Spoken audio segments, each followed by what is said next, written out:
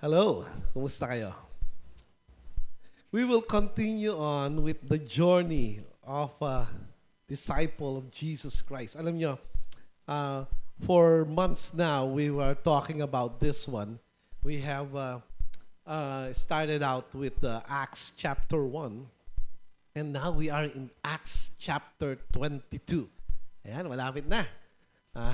Malapit na tayong matapos dito sa pinag-uusapan natin. 7 chapters to go pero hindi ka sure kung ilang buwan yon. Because there's a lot of things that is going on in this book, because this is the first church, and the way we see it, they multiply. Tingnan mo yung katabi mo. Pag nag-multiply yan, ikakaiba, di ba? Of course, we don't want 1 times 1. Ayaw natin yun, di ba? But if we multiply, it should be another number. And this is what happened during the time of the people in the book of Acts. Particularly with Paul. Si Paul ay hindi naman talaga siya part nung tinatawag na 12 disciples of Jesus Christ. Siya nga ay naggasik ng terror doon sa mga doon sa mga Jew na naging Christian, at siya yung isa siya sa nagpapatay doon kay Stephen, the first martyr. We have talked all of that, and here comes Paul. Here comes Paul na dinudumog siya ng crowd, di ba? Dinudumog siya ngayon ng crowd. And in Acts chapter 22, meron siyang tinatawag na defense. So, pinagsalita siya. Alam niyo ba na mahirap pagsalitain ang isang tao, lalong-lalo na kapag ka dinudumog, kapag ka gusto lahat ay sumultok sa'yo, paano ka magsasalita? Pero, alam niyo, nakatulong kung sino siya. You know why? Because he was a Roman citizen. And pinotektahan din siya ng mga sundalo na Romano. And here comes Paul in Acts chapter 22, very courageous to testify about Jesus Christ. Tanungin mo yung katabi mo, are you eager? Do you have that courage to testify? Do you have that strength to testify? Do you have all the necessary things to testify? You don't need actually the perfect knowledge to testify. Alam niyo ba yun? Because testifying before the people, you don't need the higher knowledge. Siguro si pastor na lang, dahil si pastor nakapag-aral. Ako hindi naman ako nakapag-aral. That's not true. That's not true, because when we look at this testimony of Paul, malalaman mo na hindi ito masyadong naka-angkla doon kung ano yung mga nakasulat o yung theological values. We don't see any theological values or any sort of those things because it talks about himself. Himself. Can you imagine that his testimony is about his story? Now, the title of this message is Courage to Testify. And we will talk more on the whole chapter of chapter 22. Now, if you have your Bibles with you, I want you to open it in chapter 22. We see Paul, the apostle, standing before the hostile crowd. Very rude ang mga crowd na ito. Instead of defending himself with anger or fear, he shares his testimony. His courage wasn't rooted in confidence in himself, but in what Christ had done in him. You see, the only time that we really have that courage is the time that we are in the truth. Katotohanan. Di ba? Subukan mong i-defend ang kasinungalingan. Ewan ko kung kaya mong i-defend. Di ba? Minsan, parang ayaw mo pang magsalita. Kung minsan mamaya-maya, matatawa ka na lang, di ba? Dahil ang dinedefend mo, alam mo, ay hindi totoo. But if we defend what is true, we have the courage to really do it because that is the truth. And even though most of the time the truth cannot be accepted by people, you just tell them what is the truth. So, here, the testimony is one of your greatest tool for the gospel. Alam niyo ba yon? Tingnan mo yung katabi mo. May kwento yan. Tanungin mo nga, ano ang kwento mo? Yan. Meron kang kwento. At dahil yung kwento na yon, yung kwento mo, siya ang magbibigay sa'yo ng ng testimony. Now, in Acts chapter 1, sabi dito, brothers and fathers, hear my defense, which I now offer to you. Bakit brothers and fathers? Kasi nandoon siya sa galing sila doon sa synagogue. So, nandoon, puro lalaki yon. So, and when they heard that he was addressing them in the Hebrew dialect, they became even more quiet. Of course, bigla nilang na-associate yung sarili nila kay Paul. Can you imagine si Pastor Henry pupunta ng classroom mo? Ano kaya sasabihin ng mga classmates mo? Palagay ko bigla silang tatayo. Good morning, sir, di ba? Yan ang gagawin nila, di ba? Tama ba? Or, sir, kayo po yung ngayon? Kayo pong subject teacher namin ngayon? Of course, because they don't see the association. Kasi yung age gap nandoon. Di ba? Pero isipin mo, kapag nagsalita ang isang kabataan doon sa kapwa niya kabataan, makikinig ba? Of course. Tama ba? Ngayon, doon din sa tinatawag na age group ng mga nasa nanay, tatay, ganun din. We are actually in the understanding of the niche. Sabi mo nga, niche. Niche. When we say niche, ito yung kauri. Ito yung kauri natin. Ito yung gusto mong way. Ito yung gusto mong puntahan. Di ba? Ito yung gusto mong target. Di ba? Parang niche market ang dating. So, nagsalita siya sa Hebrew dialect. Now, Paul starts with who he used to be. Di ba? In verses 3 to 5, it talks about that. I am a Jew. I am a Jew, born in Tarsus, Cilicia. See, Paul, ang totoo niyan, he was very organized in thought. Dahil alam niya kung sino nagturo sa kanya. You see, Gamaliel was very honorable lawyer during his time. And strictly according to the law, sabi niya, our fathers, being zealous for God, just as you all are today, I persecuted this way. Ako dati ang gumagawa nito. You see, courage begins with a transformed life. You can only have courage if your life is transformed. Diba? Paul starts with who he used to be, a persecutor of believers. And so, when we look at this, we are actually dealing with vulnerability. We should be vulnerable with our lives. Hindi ka pwede maging vulnerable kung hindi ka transformed. Marami kang tinatago. Marami kang gustong ilihim. Kaya nga, kailangan makita natin kung ano yung sinabi ni Paul dito. He didn't hide his past. He didn't sanitize his story. He acknowledged his brokenness. And you know what?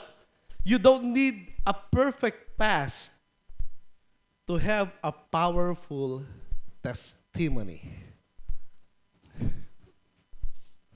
Again, you don't need a perfect past. Galing ako. Lagi akong first honor. Ikaw na, edi wow. Ako ganito ako. Di ba? Pero na makikita mo, nililihim niya lang yung ano niya, yung sarili niya. Ah, natatawa ako minsan pagka merong mga makukulit na mga youth na dumadating sa sa church eh. Kasi iniisip ko palagi, Lord, pinaparusahan mo ba ako? Because I used to be like that. Di ba? So, stop being ashamed of your past. Sabi mo sa katabi mo, stop. God uses it as proof of His grace. Yun ang totoo. Kaya nga, actually, nung Tuesday, meron akong tinanong sa small group eh. Ang tanong ko sa kanila, matatanggap mo ba na ang kasalukuyan mong buhay ay, ang tawag doon, nilagay ka sa buhay na yan at yan ang gusto ng Panginoon para sa'yo. Because the truth of the matter is that all things work together for the good of those who love God. So, in verse 6 to 11, itong sabi niya, but it happened that as I was on my way approaching Damascus at about noon, a very bright light suddenly flashed from heaven all around me, and I fell on the ground and heard a voice saying to me, Saul, Saul, why are you persecuting me? And I answered, who are you, Lord? And he said to me, I am Jesus the Nazarene whom you are persecuting. And those who were with me saw the light, but did not understand the voice of the one who was speaking to me. And I said, what shall I do, Lord? And the Lord said to me, get up and go into Damascus, and there you will be told about everything that has been appointed for you to do. You see, there is appointment ni Paul. But since I could not see because of the brightness of the light, I came into Damascus being led by the hand by those who were with me. You see, courage, kanina sabi natin, courage begins with a transformed life. Now, courage flows from a real encounter with Jesus. If you have a real encounter with Jesus, you will have courage, I tell you, because you know that the King of Kings and the Lord of Lords is the one who encountered you, and you have encountered the one who says, the one who says, I will never leave you nor forsake you, the one who is nothing is impossible. So courage flows from a real encounter with God. The question is, do you have a real encounter with the Lord Jesus Christ? Paul recounts his encounter on the road to Damascus, a blinding light, the voice of Jesus, a life-changing moment. Now, boldness comes from personal experience, not borrowed faith. Anong ibig sabihin dito? You cannot convincingly talk about a Savior you have not truly encountered. Ang hirap sabihin, sino si Jesus sa'yo kung hindi mo naman talaga siya kilala. You need to understand that the only way for you to talk about with gladness about Jesus Christ is for you to have a real encounter with Him. That is why we need to be ready to share it simply and sincerely. Yun ang katotohanan.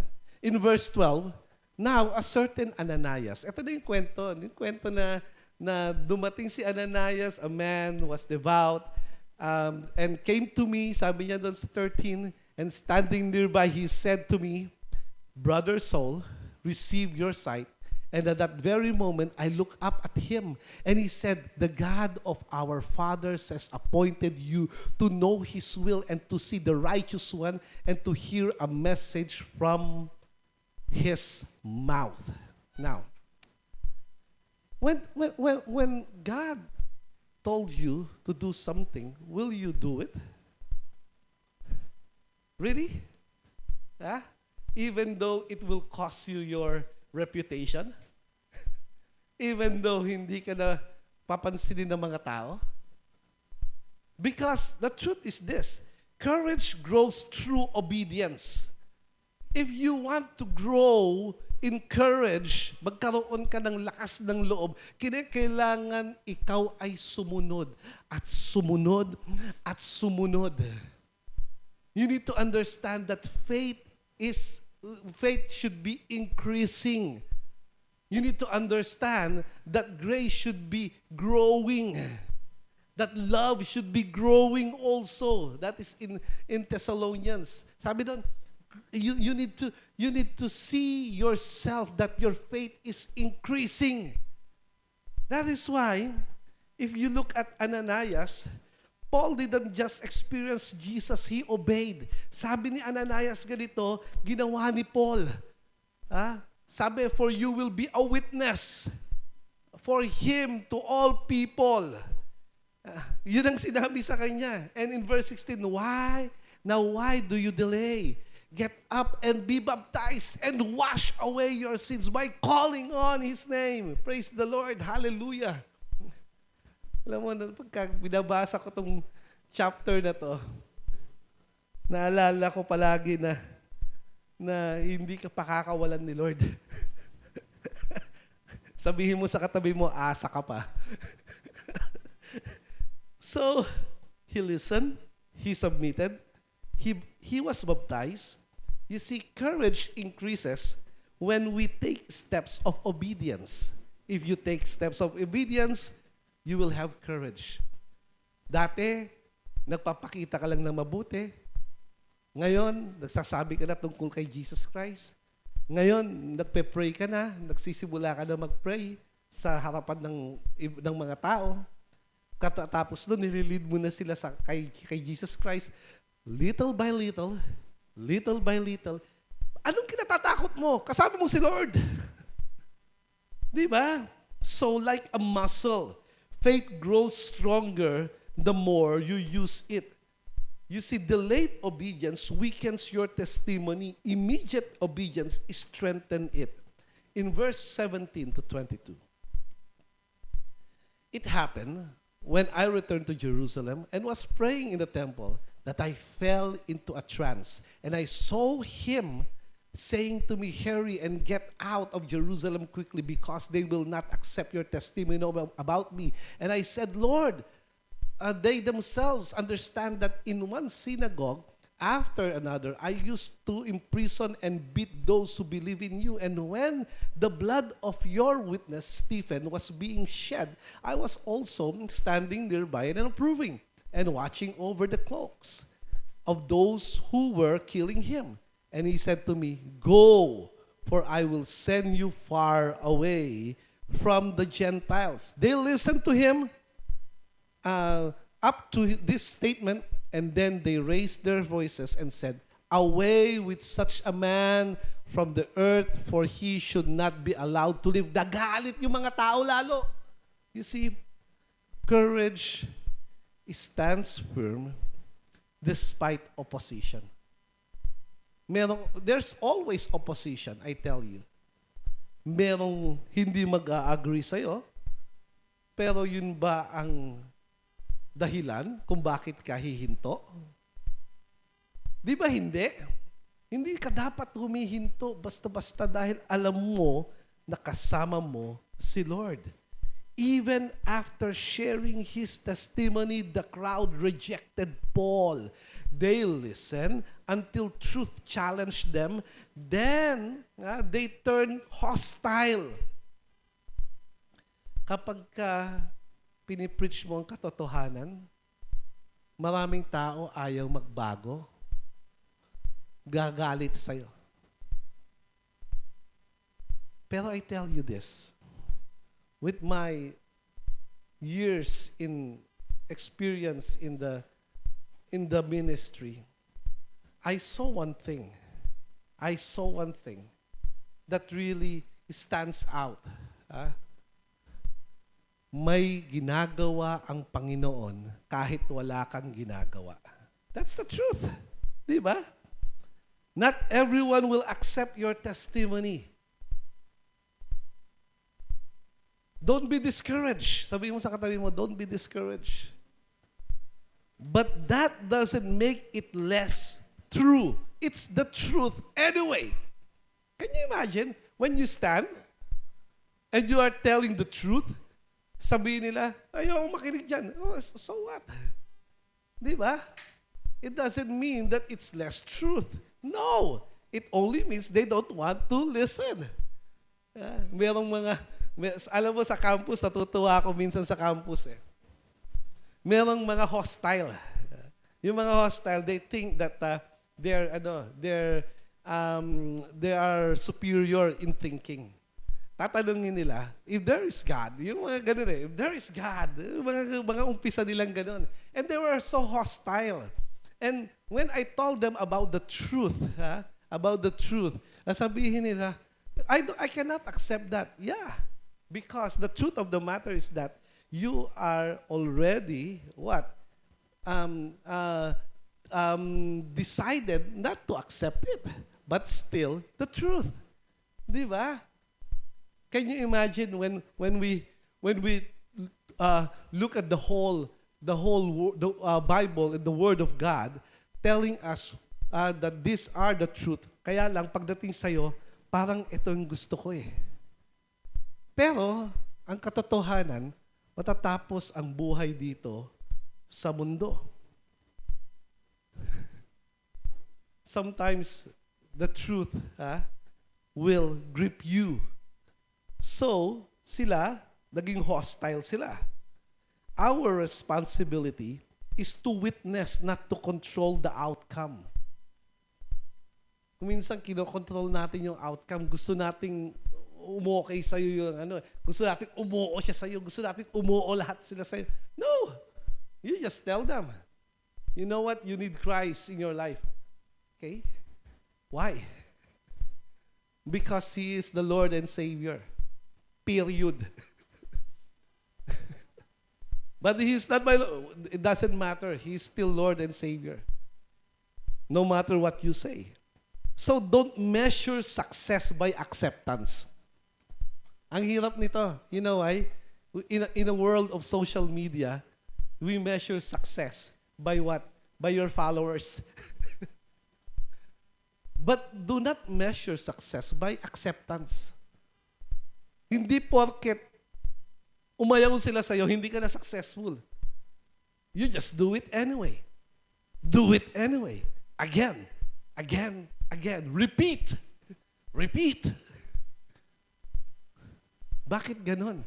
Kasi, ang totoo niyan, hostile talaga ang mundong ito. This world is hostile.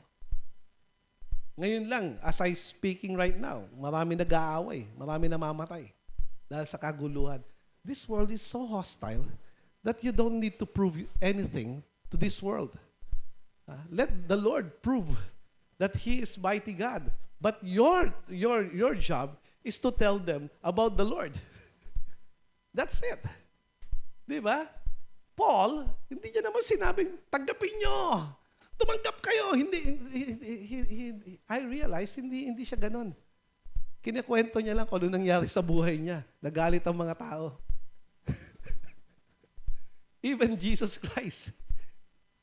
Jesus Christ, he was hung on the cross not because of the things that He did, but because of the fact that of the things that na sinasabi niya kung sino siya. It's about what He claimed, not because of what He did. Anong klaseng yon? Anong klaseng argument yon? Paano yan? Kung merong korte na ganun dito. Ako si Spider-Man. Pako siya sa krus. That's the truth about this one. Diba? Napakahirap nga itong mundong ito. But take courage. Courage is anchored in identity.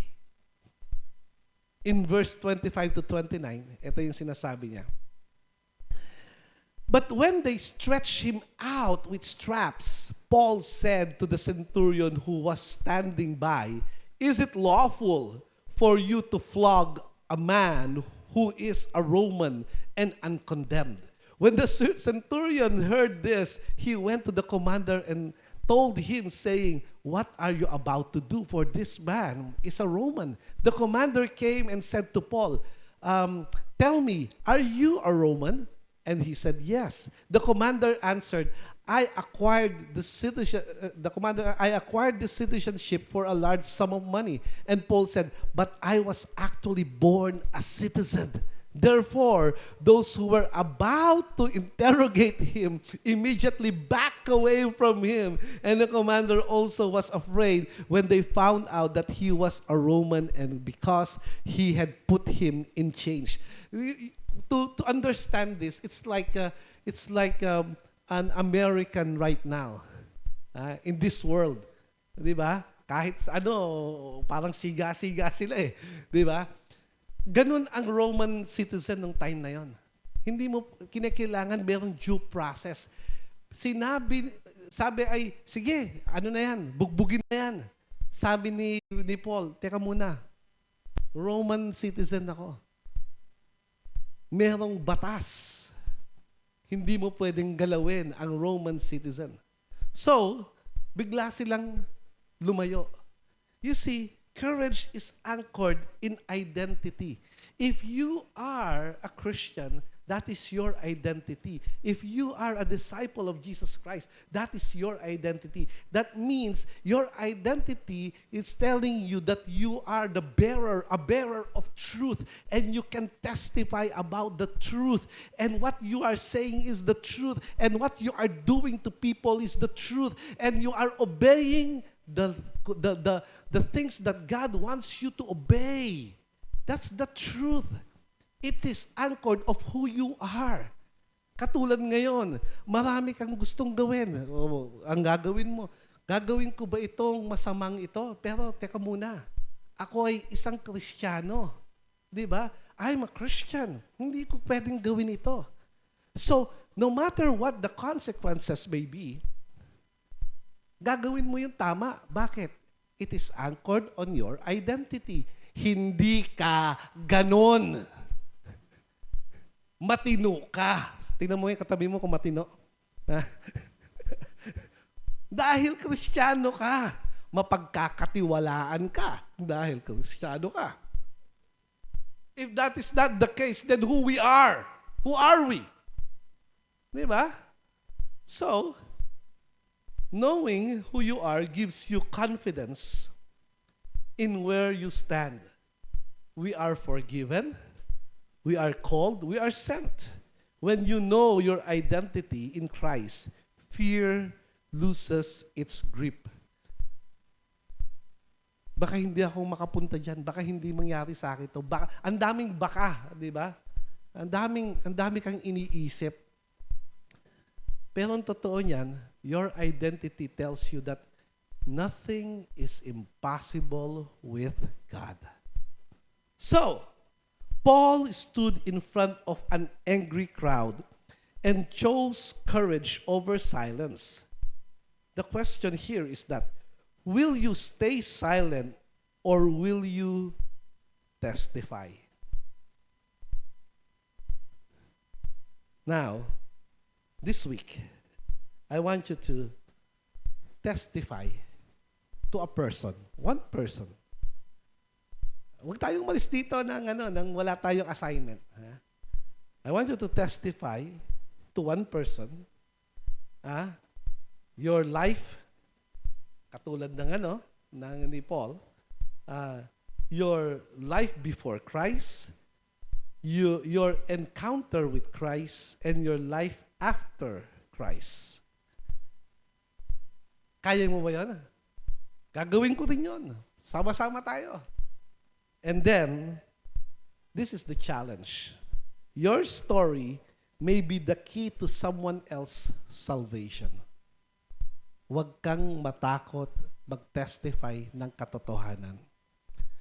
Meron bang sinabi si Paul patungkol sa tinatawag na theological? Wala. He talks about his encounter with the Lord Jesus Christ and how he obeyed the Lord Jesus Christ. And that is his testimony. How about us? Can we really do it? Yes. Binigyan tayo ng buhay. Binigyan tayo ng paraan magsalita. At binigyan tayo ng kalakasan upang sa ganon makapag-testify tayo sa mga tao. Let us pray. Lord, give us the courage to testify. Remove fear. Replace it with boldness. And remind us that our story is not about us, but about your grace. Use our lives to point others to you. In Jesus' name we pray. Amen. God bless you.